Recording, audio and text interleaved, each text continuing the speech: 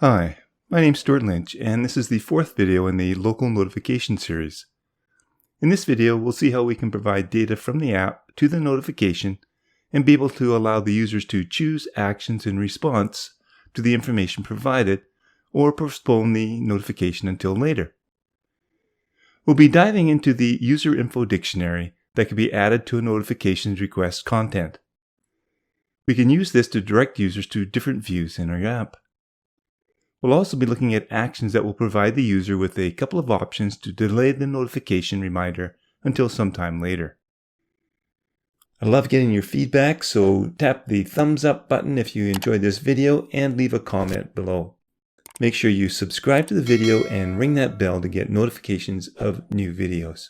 And if you want to support my work, you can buy me a coffee. Up until now, every time we receive a notification, and particularly if our app is in the background, when we tap on the notification, our app opens up and is displayed. But what if we want to navigate to somewhere else when a particular notification is received, but not when others are? And we can do this by adding a UserInfo payload to our notification that gets delivered along with the notification. If we check out the documentation, we'll see that it's a dictionary of custom information associated with the notification. We can then check the content of the payload on receipt and then respond accordingly. This UserInfo is a simple dictionary where the key is any hashable object and the value is any type. For example, we might want to set the key to be a string like next view, and for the value, create an enum that will let us know which view to navigate to. It may be a promo view or a new product view. It may be a screen that will ask the user to renew a subscription. In local notification, let's add a new property and call it UserInfo that will be an optional dictionary of the type that the content UserInfo expects. Any hashable, any.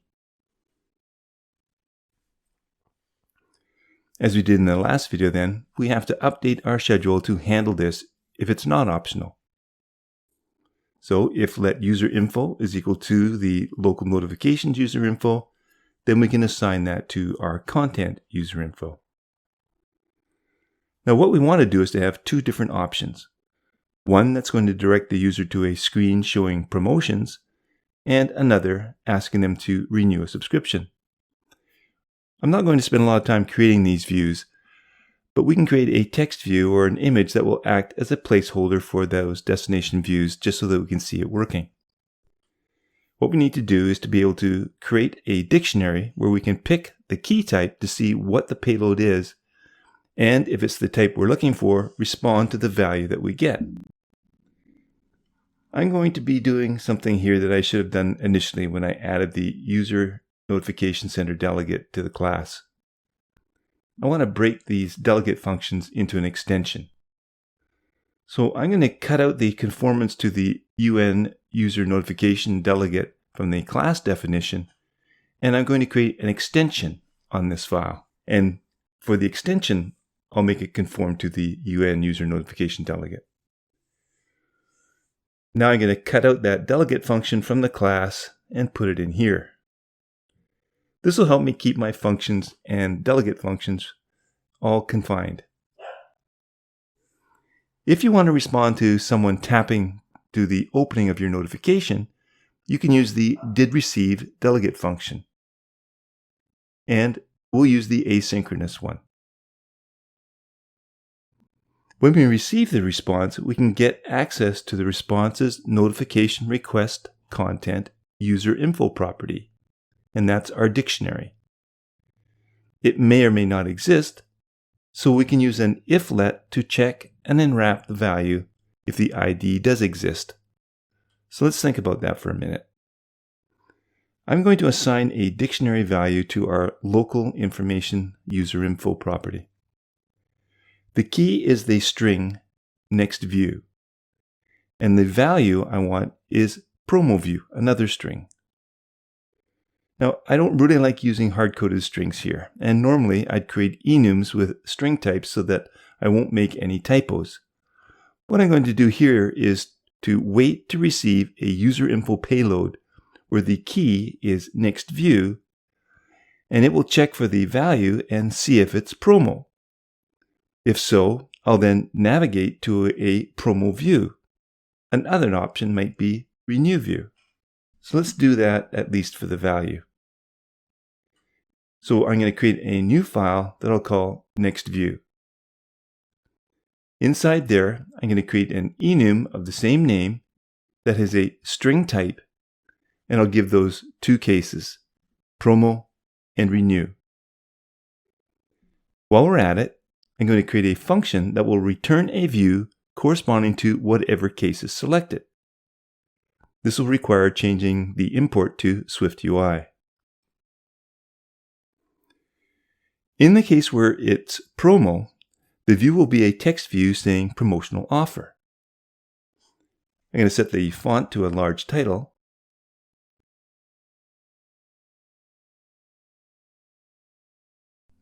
In the case where it's renew, I'll start with another text view, but change it to a renew subscription, but keep the font to be a large title. And I'll embed that in a VStack. I'll follow that with an image using the system name $.sign.circle.fill. And then to make that image larger, I'll set it to a font of system size 128. Nothing fancy here, just two different types of views so that you can see that our implementation works. However, we're getting errors because SwiftUI requires that a function return the same type of view as some view. So we can solve this by annotating the function with an @viewBuilder. Now we also want to use this to trigger the presentation of a modal sheet. So we can make this an identifiable object and create a computed property called ID that is the string. And it simply returns the raw value, which will be unique. In our local notification manager then, we can create a new publish property, and it's going to be called next view that is an optional type next view, one of those two cases. We can use this optional identifiable type then to create the presentation of a modal sheet whenever it's set to be non-optional. And we can do this then when the didReceive function checks if the UserInfo key exists and that the value is the one that we expect. Then we can set the next view property to the next view enum that has a string value. And then we can use that to create a new sheet view. If we return to our list view now, we'll change the dictionary value to whatever string we want, either renew or promo. And that is the raw value of our next view's enum type. Now you may be wondering why I don't use an enum as the value type in the dictionary.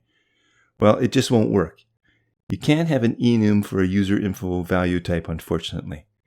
But fortunately, we can convert string values back to the enum case just as we did in our onReceive function. Now, all we have to do is attach a sheet function to our VStack using the item constructor, which expects to be bound to an optional type, which can be our local notification manager's next view type. And this will provide us with that instance of the next view, and it has a view function that returns some view, so we can use that for the body of our sheet. Let's test this now. I'm going to schedule a notification and wait for it to trigger. When it does, I can tap on the notification and it will then set the optional property and present the modal sheet showing the promo view. Will it work if we're in the background? Let's change the time interval to 5 to speed things up a bit, and then change the value to the renew raw value so that this will present that image view. Let me run. And I'm going to schedule the notification and exit to the home screen. 5 seconds later, when it's presented, I can tap on it, and then the app is presented and the correct modal sheet is also presented. Now there's one more topic I want to cover in this series, and that's actions for the notification. Notification actions appear as buttons on a notification that you can access by swiping down on the notification to reveal them. Notification categories allow us to specify up to 4 custom actions per category that will be displayed with your notification. The system will only display the first 2 actions, however, if your notification appears in a banner. So you always want to configure the most relevant actions first, and I normally just stick with 2 anyway. These are often used for sleeping the notification to remind you later. These actions are added to a notification category that you can link to the content of a notification. Actions have no executable code. Instead, you specify a method found in a delegate function. First, we'll need to establish our category or categories. I'm only going to create one, which will be a snooze category, and it's going to have 2 actions. One that will allow us to snooze for 10 seconds, and another one will snooze for a minute. In local notification, I'm going to add a new property called category identifier, and it's going to be an optional string. Now, as we did in the last view, then we'll have to update our schedule to handle this if it's not optional. So if let category identifier is equal to our local notification identifier, meaning it's not optional, we can then apply it to the contents category identifier. In Local Notification Manager then, in the delegate extension, I'm going to create a new function called Register Actions. I'm going to create 2 actions, one that is going to allow us to snooze the alert for 10 seconds and the next for 60 seconds. These are UN notification actions, which require an identifier and a title for the action. Normally, again, I hesitate to use hard-coded strings here, but this will make it easier to understand. In the first, I'll call it snooze 10 action, and it'll have an identifier of snooze 10, a string, with a title of snooze 10 seconds. The second action is going to be very similar, except it will be snooze 60 with a corresponding identifier and a title of snooze for 60 seconds. These 2 actions need to be added to a notification category, and then we'll need to add that category to the notification center. We can call it snooze category, and we need to provide it with an identifier, so we'll just call it snooze as a string. And those actions are the set of 2 actions that we have just created. We're not going to have any intent identifiers. Now, all we have to do is to set notification categories on the notification center. And this allows me to add as many sets of categories. We only have 1, so we'll enter the name inside the brackets.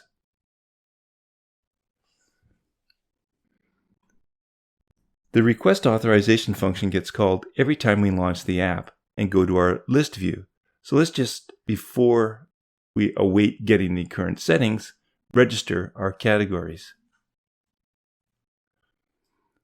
We'll need to be able to respond to a notification if it were assigned this category.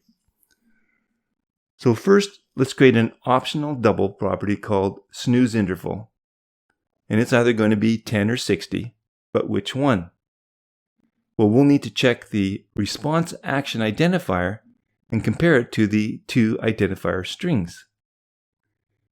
If it's equal to snooze 10, we set our snooze interval to 10. If it's equal to 60, we set it equal to 60. If it was set, the snooze interval is no longer nil. So we can do an if-let on that and create a new notification. But we want to use the same content, just present it a little bit later. So all we need to do is to change the trigger to be a time interval trigger using that snooze interval with no repeat. The current content then is going to be equal to the responses notification request content. And we can mutate that into new content using the content's mutable copy as a UN mutable notification content. Now the new trigger will always be a UN time interval notification trigger, regardless of what the original one was, whether it be a time interval or a calendar-based one. So we can create a new request using a new identifier in case the original was a repeat. We want it to be unique as well. And the content will be the new content. The trigger will be the new trigger. Then we can add this to the notification center by trying and awaiting the add function with this request. Now, if by chance it fails, I'd like to know what that error is, so I'm just going to use a do catch block here instead of the optional try, and catch and print the error's localized description, just in case there is an error and I need to do some troubleshooting. Then we can update the pending requests array by awaiting the get pending requests result. Then the last thing we need to do then is to return to our list view and add the category identifier of snooze to our local notification instance. Let's test this out. First, let's launch the app and test an internal notification. I'm going to return to the home screen, and 5 seconds later, I get the alert. If I long press now, not only do I see that large image, but also 2 buttons. Let's tap on the 10-second snooze. In the console, we see a new pending request has been added, and 10 seconds later, the request appears again, and it has exactly the same content as the first one.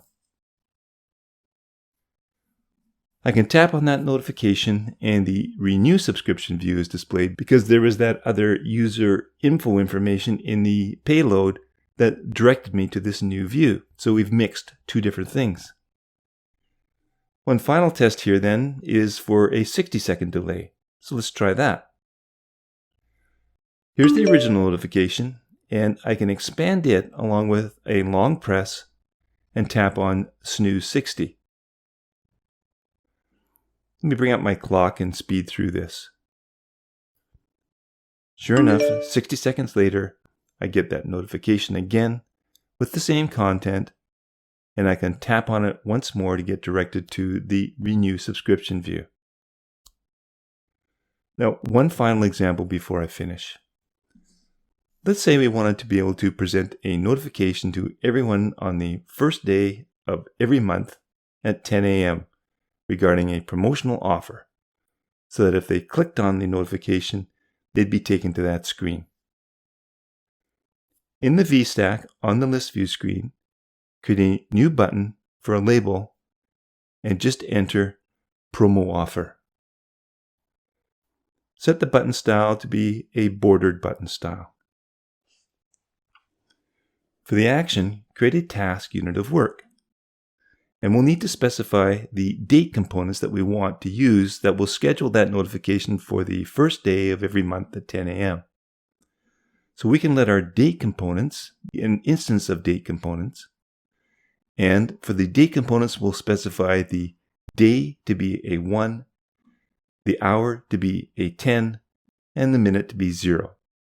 Top of the hour at 10 o'clock on the first day of each month. Now I'm going to create a new variable called local notification using the calendar initializer this time. First, I'll need an identifier.